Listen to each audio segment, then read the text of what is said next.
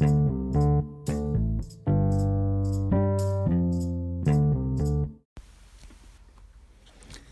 is Gino Ray. This is Native as I Can Be, Between Two Cultures. Welcome to the show. Right now, it's late by my standards. Sunday evening. I had a guest lined up for this week, and funny story, we had actually recorded our interview earlier in the week, and we had a great conversation. His name is Rembrandt Street.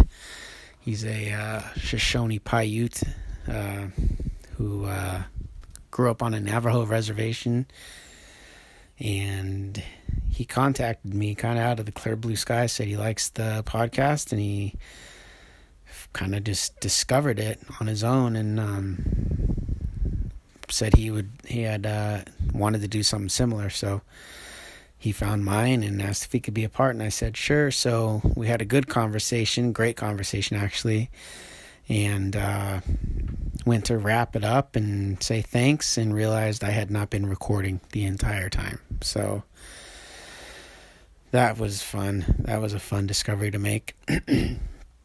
So we just kind of tried to look at it as a positive and say, well, that was the rough draft, and the next one will be that much better. And we talked a lot about kind of Native activism and being woke, and what kind of traditions we want to pass on, and why it's important to pass cultures and traditions and stories onto our kids, for preservation, if nothing else. And so it was good, and we had rescheduled, and some personal things came up, and we weren't able to get back to it. So that's why. So this week it'll just be me. And like I've said before, for the sake of momentum and consistency, I'm just gonna record this one on my own and put it out there. So this week for me was very much a roller coaster, because Che's birthday, his first birthday, September 30th. Big deal, exciting. Very happy about that. And then, of course, the 4th anniversary of my first son, Bam's, dying on October 2nd. So those two things being so close together are it's very confusing and challenging.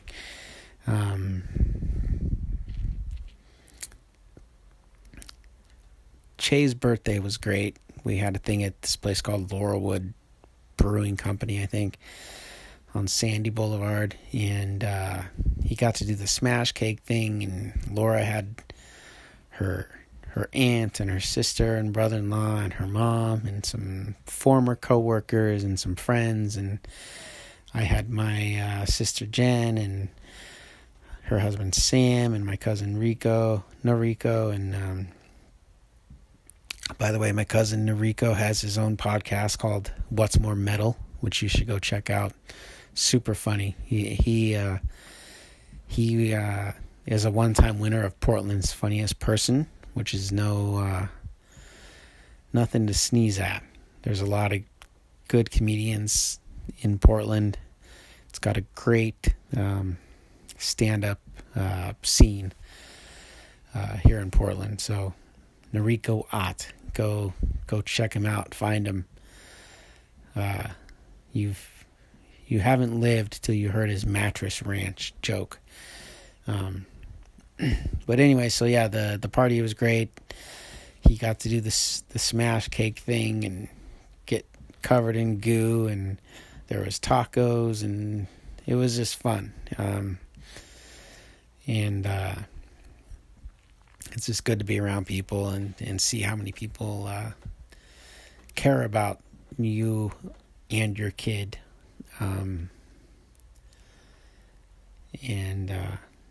But then, of course, October 2nd being the 4-year anniversary of my son passing away, my first son, Bambino.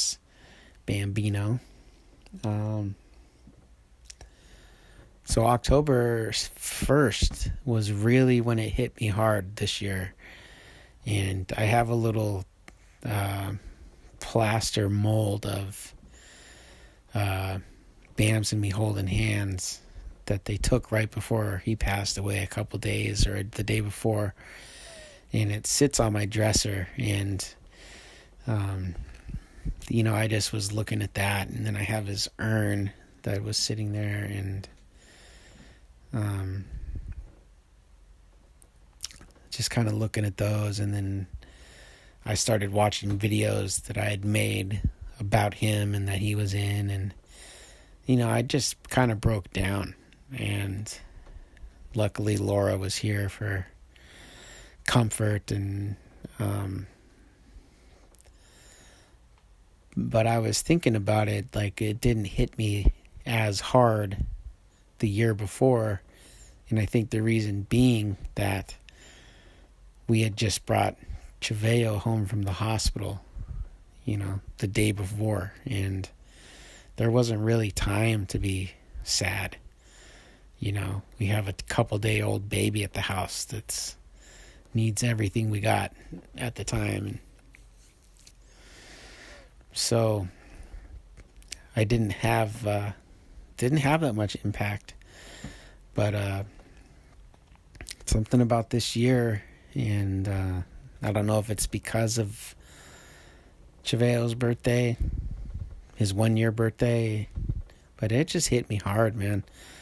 And then the second, the day we actually went to the hospital, or the day he actually passed away, Chaveo had a doctor's appointment, and me and Laura took him to that.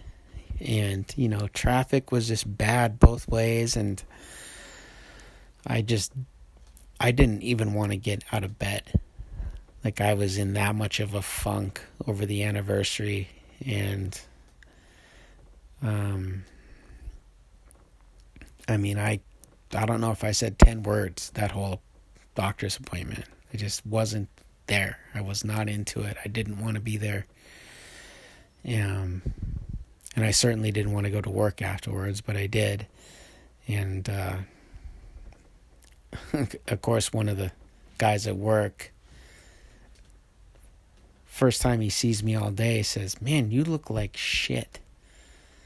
And I didn't really know what to say to it. And then he kind of started backpedaling. And then I kind of think it's not how much what I looked like as what I was projecting, which was not a good vibe, not a positive vibe. But the thing about the anniversary of his death is this, and it hits me harder than his birthday. And the reason is, when we decided to take him off life support, it might have been more than a day before he was actually taken off, because there's just things to get in order as far as paperwork and just a lot of stuff. And we put him on a donor list so that he could help somebody else in need. And we were very specific that we didn't want research, only someone that needed an organ. And his liver went to somebody, an older guy, but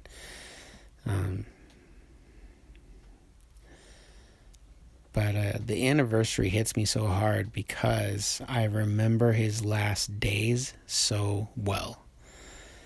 And I think he had been in that hospital so many times for such long stays sometimes. But this one stands out, obviously, because of everything that happened. And but I remember vividly when it was time to take him off life support, they put us in an elevator, and we took him down, way down into the depths of St. Luke's there in Boise. And it was just a dark room. There was kind of a light above the bed and not much else. And then there was a couple nurses to one side, and then there was, I don't know if they were doctors or some sort of technicians that were watching the monitors to let the nurses know when he had actually moved on. And it was the middle of the night, like literally like midnight, I think. And they took everything off, and we were laying on the bed with him. And, we both just kept saying, just telling him, like, just let go. Like, it's okay. It's okay. You can let go. Like, we're going to be okay. You're going to be okay. And, we just said it over and over, and that's how we felt. And I don't know if it took 20 minutes or 40 minutes, or we just laid there. And at some point, the nurses came over, and told us that, he was gone. And,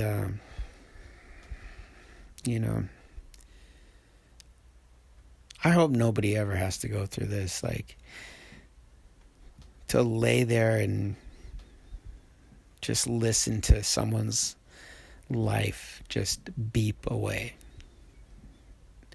And there's nothing you can do about it, but you're also telling them to go.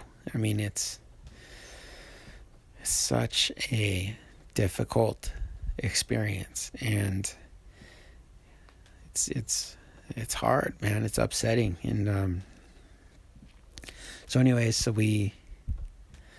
they took us out of the room. We went up back to the room he was in. We grabbed my keys, went to my house because it was closest, and drank some whiskey and fell asleep and cried. And the next day we went back and we got our stuff, and then that was it. Like, that was the end.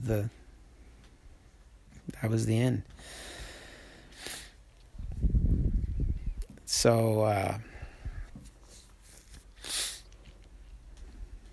it's just weird having that experience, which is so vivid and so a part of who I am now, to be so close to having this new baby that's so bubbly and smiley and happy. And Che does stuff that Bams used to do. And my cousin Garrick was, when he was on the show, talking about how children are the closest to God, and how being smiled at by a child is like being smiled at by God. And since babies, little ones are coming from the spirit world, they still have that strong connection to it. And so when Che does stuff that Bams used to do, which is stuff like rubbing the back of my head when I pick him up, or patting me on the back when I pick him up, or just being excited when I come to get him from daycare, and just the spirit of just being a happy baby, that stuff is all Bams too. And I don't think he is Bams reincarnated, because they're two very different children. But I think if Che still has a strong connection to a spirit world and is able to act as a conduit for Bams, that's what I think is happening. That's what it feels like is happening. And I have no way to prove that's happening, but it makes me feel good. And it makes me feel connected to Bams all over again. So,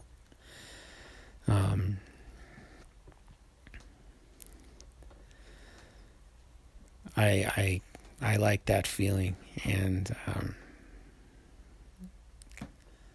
it's I want to see how that develops as he gets older and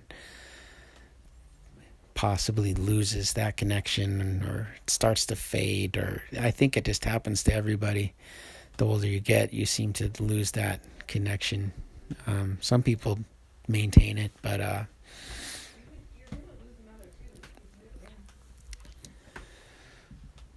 so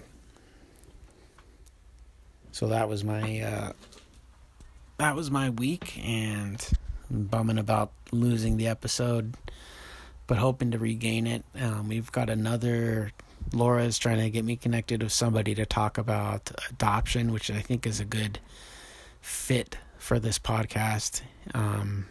That between two cultures idea of, being with a family that you're not blood related to, but still feeling like family, and maybe not feeling like family.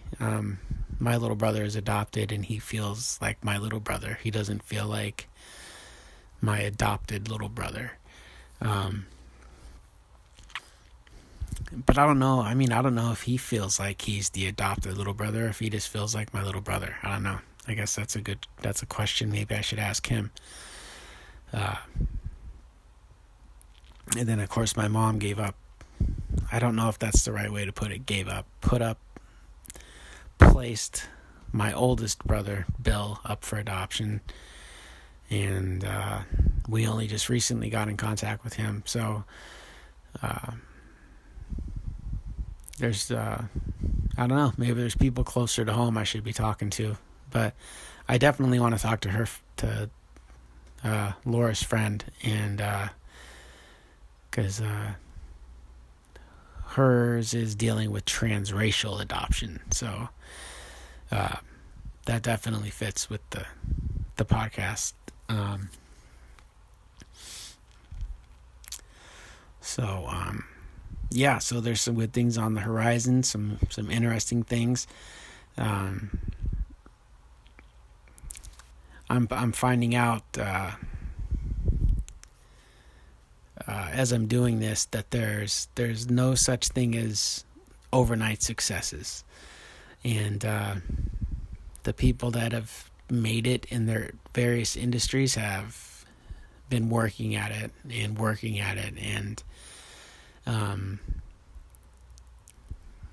I'm happy with the way this is going, but I actually think it could go a lot further, and I actually feel like I could be putting a lot more into it to get it to where I want to go. And I haven't been doing that. But I'm not disappointed with the results so far. Things have been going. I'm happy with the number of plays I've been getting. I'm happy with the interest, and the number of people that have told me I'm on the right track, and they want me to keep going. So I'm definitely going to keep it up, and that's why I'm doing this very short just episode for the sake of an episode, until I can get something a little meatier that can have a bigger impact. But for now, that's what I got. Please keep tuning in, and there will be some much better topical content for you to listen to. And until then, have a good week. Thank you for listening. Be excellent to each other, and I will see you next time.